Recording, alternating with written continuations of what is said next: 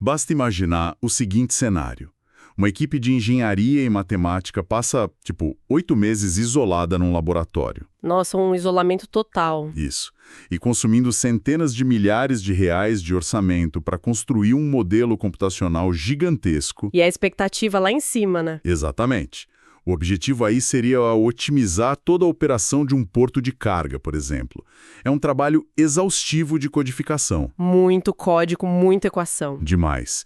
E aí, quando eles finalmente entregam o software rodando bonitinho na tela, o cliente olha, coça a cabeça e diz algo como: nossa, muito legal, mas a gente mudou a disposição dos guindastes e o fluxo de caminhões 3 meses atrás. É o clássico balde de água fria. Pois é. De repente, todo aquele código caríssimo é simplesmente inútil. A simulação já nasceu morta. E olha, é uma dor incrivelmente comum no mundo da engenharia de processo, sabe? Imagino que sim. A realidade simplesmente não congela no tempo para esperar a equipe técnica terminar de programar. E quando um projeto falha desse jeito, o prejuízo não é só de tempo. Tem a grana também. Com certeza. É prejuízo de material, de oportunidade e, de competitividade para a indústria. Bom, boas-vindas a quem escuta mais este mergulho profundo. A nossa missão hoje é exatamente explorar uma solução documentada para esse pesadelo. Uma solução bem interessante, por sinal. Sim. Certo, vamos desempacotar isso. Vamos destrinchar um framework chamado DScrum, que promete resolver essa desconexão entre o rigor científico e o mundo real em constante mudança. E é uma promessa e tanto. Mas antes de misturarmos as coisas, a gente precisa dar um passo atrás. O núcleo do que estamos falando aqui são os projetos de simulação de eventos discretos. Isso, a base de tudo. E para quem não vive em laboratórios de engenharia, o que exatamente faz um evento ser discreto? Porque não estamos falando de esconder segredos, certo? Exatamente. Não tem absolutamente nada a ver com discrição ou ser silencioso. A simulação de eventos discretos, que o pessoal costuma chamar pela sigla SED, é uma técnica matemática e computacional. Ah, entendi. Pensa na diferença entre observar o fluxo de água num cano e observar caminhões numa rodovia. A água é um fluxo contínuo. Você não consegue separar uma gota da outra ali no meio. Exato, não facilmente. Já os caminhões, eles são eventos discretos. O caminhão A chega na guarita às 10 da manhã. Isso é um evento. Certo. Aí ele espera 5 minutos na fila. Outro evento. A cancela abre às 10h05. Mais um evento, entende? Faz muito sentido. A simulação mapeia essa cadeia de eventos específicos e que são separados no tempo justamente para entender gargalos, filas e as capacidades do sistema. Certo, então é basicamente mapear uma linha do tempo de ações isoladas, tipo uma linha de montagem de fábrica, um pronto-socorro de hospital ou a própria logística de um porto que comentei. Perfeito, esses são os exemplos clássicos. Só que, historicamente, criar um modelo matemático preciso disso exige um processo incrivelmente engessado, né? Muito engessado. E muito lento também. A equipe levanta dados por meses, desenha o conceito, programa tudo e só entrega lá no final. Eu fico pensando, é como lançar uma sonda espacial para os confins do universo. Como assim? Tipo, você calcula a trajetória inteira aqui na Terra, lança o foguete e passa anos torcendo para que a matemática estivesse correta quando ele chegar lá no destino. Nossa, sim. E, bom, se um asteroide passar no caminho, já era. Essa analogia é perfeita para a abordagem tradicional, que a galera chama de cascata. O famoso modelo em cascata. Isso. A documentação que estamos analisando hoje propõe trocar essa sonda de longo alcance por algo mais parecido, digamos, com aquele rover que a gente enviou para Marte. O carrinho explorador. Esse mesmo. O rover anda alguns metros, aí ele para, tira fotos do terreno, analisa se tem um buraco na frente, ajusta a direção e só então ele anda mais um pouco. Que é um processo muito mais seguro. Com certeza. O Scrum tenta transformar a simulação num rover marciano. Ele funde a precisão matemática com a metodologia ágil do Scrum. E aí que a documentação me chamou muita atenção, sabe?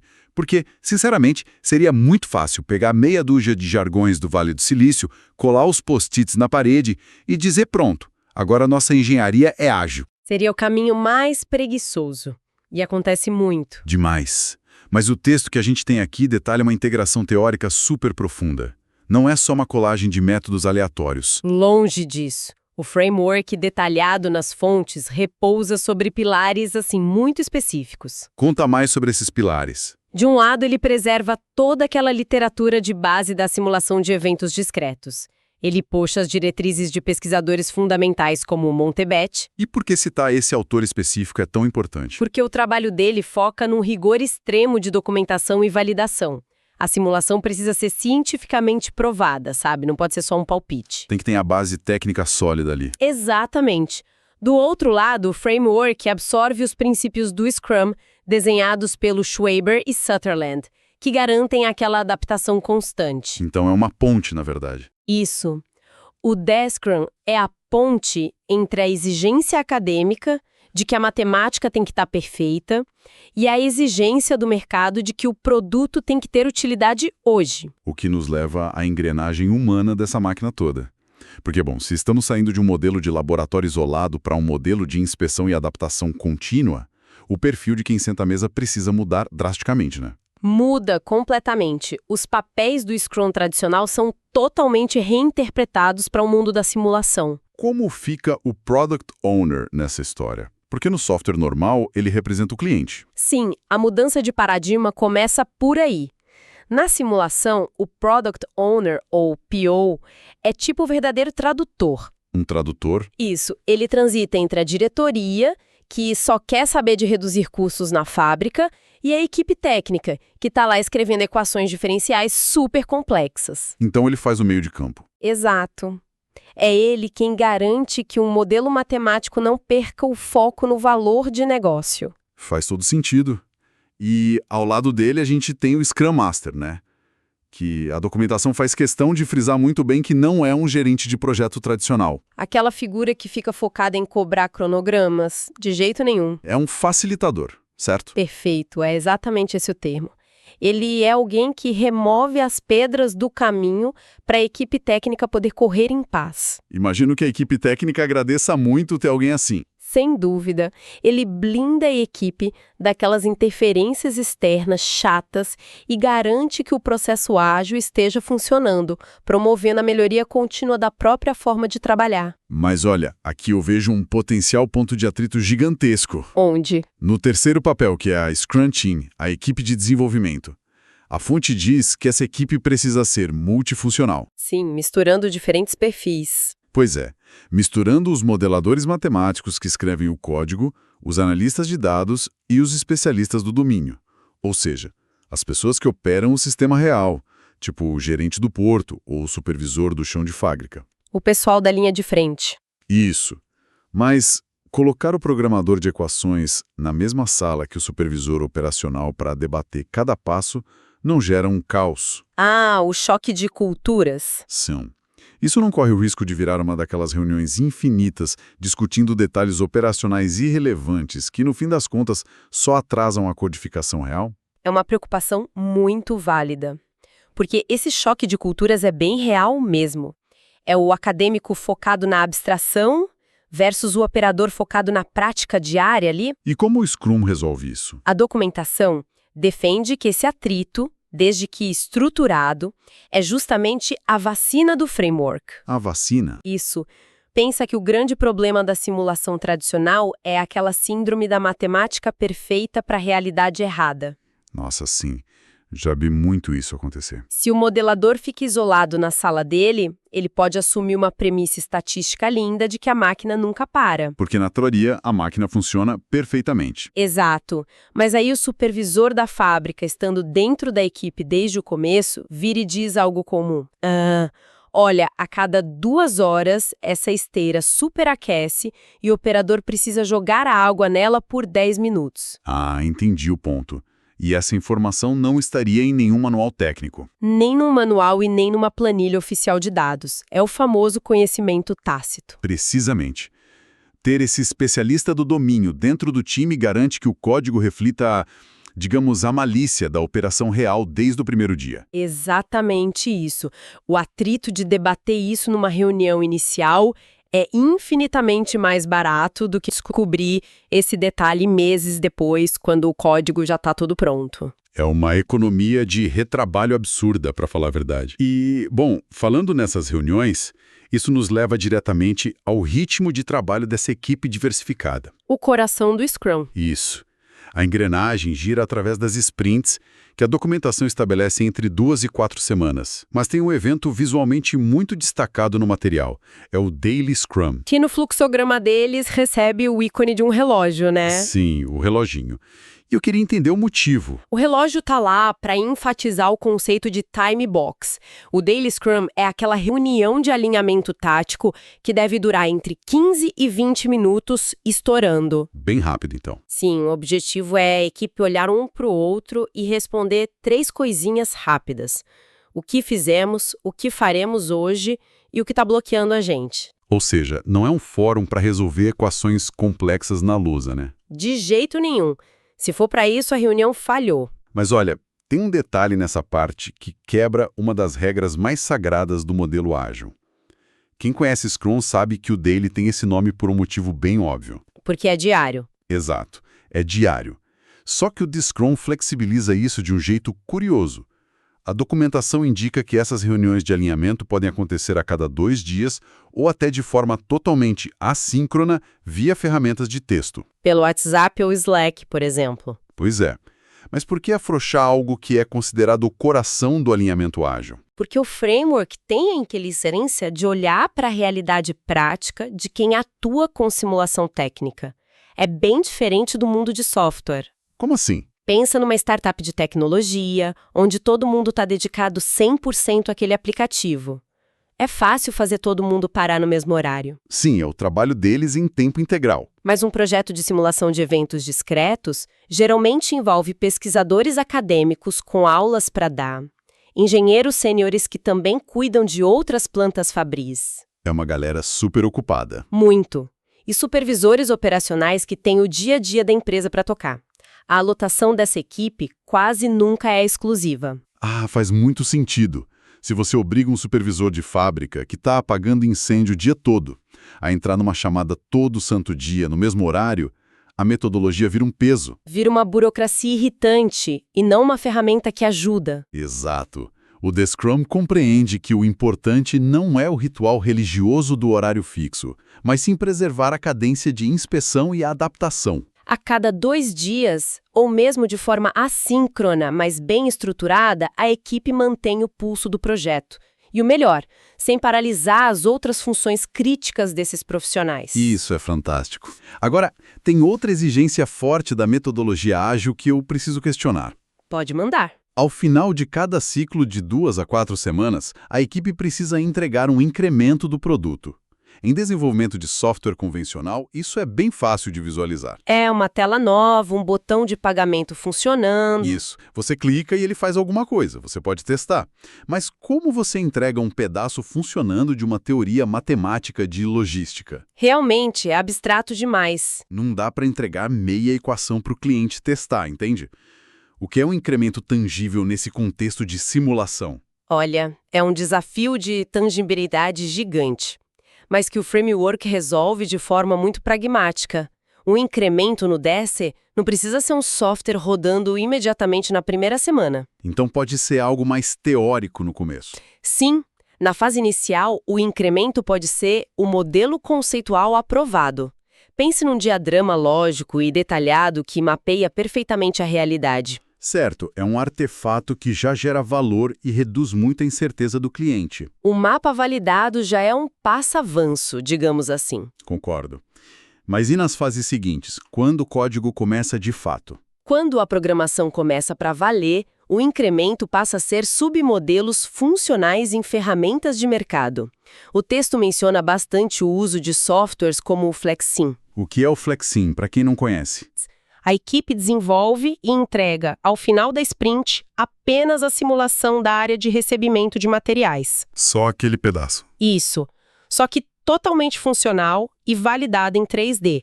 O cliente já consegue ver o carrinho andando ali. Sensacional. E na próxima sprint?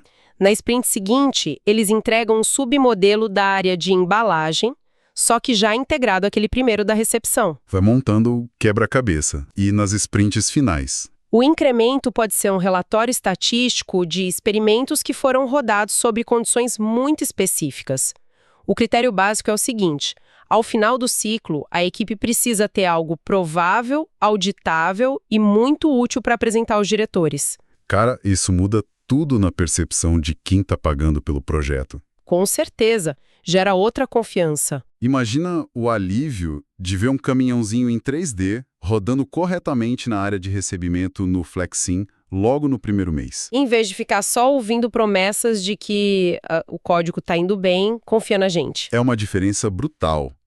E para amarrar toda essa complexidade de papéis, de sprints e modelos, os criadores do Descrum criaram um mapa visual. Sim, e é um mapa bem inteligente. A codificação por cores me parece tentar resolver um problema bem real de tradução entre dois mundos. Exatamente, é o que a gente chama de dissonância cognitiva. Como assim? Pensa bem, se você joga um fluxograma de engenharia de simulação na frente de um desenvolvedor ágil, ele não entende os termos, parece grego. Sim, falta a linguagem dos sprints. E se você mostra um quadro Scrum clássico, cheio de post-its, para um engenheiro de processos sênior, ele olha e enxerga falta de rigor matemático.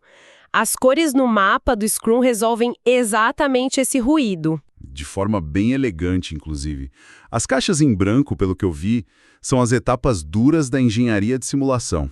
O legado acadêmico, digamos assim. Isso, o amarelo já grifa os artefatos do Scrum, tipo as listas de tarefas e os backlogs. O azul destaca os eventos dinâmicos, as cerimônias, reuniões e revisões. E tem a cor terracota também. Verdade, o terracota sinaliza as transições críticas no projeto. E o roxo, que eu sinceramente acho que esconde o maior potencial de todos aqui, marca os elementos de suporte contínuo. O roxo é fundamental. Olhando esse mapa colorido como um todo, a gente consegue ver o projeto dividido em 3 grandes macrofases. E é na primeira delas, que é a de concepção e planejamento, que a gente encontra um mecanismo fascinante de economia de recursos. É, de longe, a fase mais estratégica, porque é nela que a equipe constrói a visão geral do sistema e formula os problemas que precisam ser resolvidos no modelo conceitual. E o detalhe vital aqui, pelo que eu li, é o poder de veto. Exatamente, o poder de parada. Se durante uma sprint dessa fase, o Product Owner perceber que a premissa fundamental está errada ou que o ambiente real mudou drasticamente. Como naquele seu exemplo inicial do porto que trocou os guindastes. Perfeito. Se isso acontecer, ele pode simplesmente cancelar a sprint na mesma hora. Isso é proteger recursos de forma incisiva. E dói, viu? Mas é necessário. Imagino. Ao invés de uma inércia que empurra a equipe a continuar codificando um projeto inútil só porque ele já começou, eles cortam o mal pela raiz em questão de dias. Não tem aquela de vamos terminar já que começamos. Não tem espaço para isso. E essa mentalidade de não desperdiçar o esforço analítico humano, nem as horas de processamento computacional, nos conecta diretamente a algo muito maior que a documentação pontua. Sim, o conceito de sustentabilidade industrial. A aplicação do Descrum está fortemente alinhada aos princípios do ODS 9. O Objetivo de Desenvolvimento Sustentável da ONU, né? Isso mesmo, o objetivo focado em indústria, inovação e infraestrutura. Porque, veja bem, quando o modelo impede o avanço de uma simulação defeituosa logo de cara, ele está economizando muita coisa. Energia, tempo e dinheiro. Exato, capital que seria totalmente desperdiçado tentando implementar logísticas falhas no mundo real depois. E a verdadeira inovação ágil na engenharia. Garantir que todo o planejamento de materiais e infraestrutura de uma organização seja otimizado de forma robusta e sustentável. E o mais legal, antes mesmo que um único tijolo seja movido no mundo físico. O ágil servindo à sustentabilidade. Muito forte isso. Mas bom, passando por essa barreira da primeira fase, a gente entra na segunda macrofase, a implementação iterativa. Que é onde a mágica do código acontece. É a fase de codificar aquele modelo conceitual num software pesado, verificando e validando a lógica em ciclos curtos. Mas eu olho para a terceira macrofase e, sendo bem sincero, algo me incomoda. O que te chama a atenção nela? O nome dela é Análise, Validação e Apoio à Decisão. E isso soa exatamente como a fase final de um projeto clássico em cascata. Ah, entendi o seu ponto. Tipo, o modelo está pronto e agora vamos testar cenários e entregar um relatório grandão. Onde está a agilidade nisso? Como a gente não volta para o engessamento tradicional justamente no momento de usar o modelo pronto? É uma excelente pergunta. E é a armadilha na qual muitos processos híbridos acabam caindo. Mas o 10 Scrum contorna isso estruturando a própria experimentação de forma iterativa. Como funciona essa experimentação iterativa? Pense no seguinte: testar cenários logísticos não é só apertar um botão e esperar. É complexo. Então, na fase 3, cada hipótese ou experimento estatístico passa a ser tratado como um item individual dentro do Sprint Backlog. Ah, então, por exemplo, a pergunta o que acontece se aumentarmos as esteiras de minério em 20%? Isso vira uma tarefa específica de uma sprint. Exato. Em vez de entregar um pacote gigantesco com 50 cenários, todos misturados de uma vez daqui a 3 meses, a equipe seleciona as perguntas mais críticas para o negócio agora. Priorização clássica do Scrum. Perfeito. Eles rodam esses experimentos prioritários, fazem análise estatística do impacto, documentam os resultados e entregam essa recomendação na Sprint Review 2 semanas depois. Cara, isso é muito rápido. E a diretoria já pode tomar uma decisão estratégica sobre aquelas esteiras de minério imediatamente. Enquanto isso, a equipe já planeja os experimentos da próxima sprint. O valor flui de forma contínua. Entregas pontuais e cirúrgicas de conhecimento. Gosto muito disso. Mas, olha, para essa máquina toda funcionar ao longo dessas 3 macrofases e sem cometer os mesmos erros do passado repetidas vezes, existe um motor de evolução rodando nos bastidores. Aquele que você mencionou antes. Isso. Aquele elemento marcado em roxo no mapa, as famosas lições aprendidas. Só que, vamos ser honestos, na vasta maioria dos projetos corporativos, lição aprendida é só um documento burocrático em PDF. O checklist chato de fim de projeto. Exato. Alguém escreve de má vontade, salva numa pasta oculta da rede e ninguém nunca mais abre aquilo na vida. O que é um desperdício gigantesco de capital intelectual. Mas no Scrum, a coisa muda de figura. O evento da Sprint Retrospective, que acontece ao fim de cada ciclo, transforma essas lições num mecanismo vivo. Um mecanismo vivo. Gostei do termo. O framework puxa os conceitos da chamada pesquisa-ação. E como isso opera ali na prática, no dia a dia da equipe técnica? Vamos supor que na sprint número 3, a equipe tentou coletar dados de tempo de ciclo de uma máquina, mas no método que eles usaram gerou dados totalmente sujos. O que acaba atrapalhando a modelagem matemática toda. Sim, joga lixo no modelo. Na retrospectiva, no final dessa mesma sprint, eles identificam o erro. Em vez de apenas registrar isso num relatório final que vai ser engavetado, eles formalizam a lição aprendida e já alteram o sprint backlog. Ou seja, já impacta o trabalho da semana seguinte. Imediatamente. Eles já alteram os padrões técnicos para a sprint 4. E se o problema foi, digamos, um ruído de comunicação entre o modelador e o supervisor do porto? Eles ajustam a comunicação. Exato. A dinâmica da reunião diária já é alterada no dia seguinte. É uma injeção de melhoria contínua dentro do próprio processo que ainda está acontecendo. O método se ajusta à equipe, e não o inverso. É como recalibrar o motor com o carro em movimento, ao invés de esperar chegar na oficina no final da corrida. É a melhor analogia possível. Para amarrarmos todo esse mergulho denso e cheio de detalhes, nós vimos, através das lentes deste material de hoje, como o Scrum resgata a simulação de eventos discretos de um certo castelo de marfim acadêmico. Ele traz ela para o mundo real. Sim, ele preserva aquele precioso rigor matemático e científico, que a gente concordou que é inegociável, mas traz o processo inteiro para dançar no ritmo caótico do chão de fábrica e da vida real. E o framework só consegue essa façanha, obrigando diferentes mundos a sentarem juntos na mesma mesa. O programador analítico e o operador pragmático, conversando. Isso. E claro, com a facilitação essencial do Product Owner e do Scrum Master para não deixar virar bagunça. E flexibilizando dogmas também, né?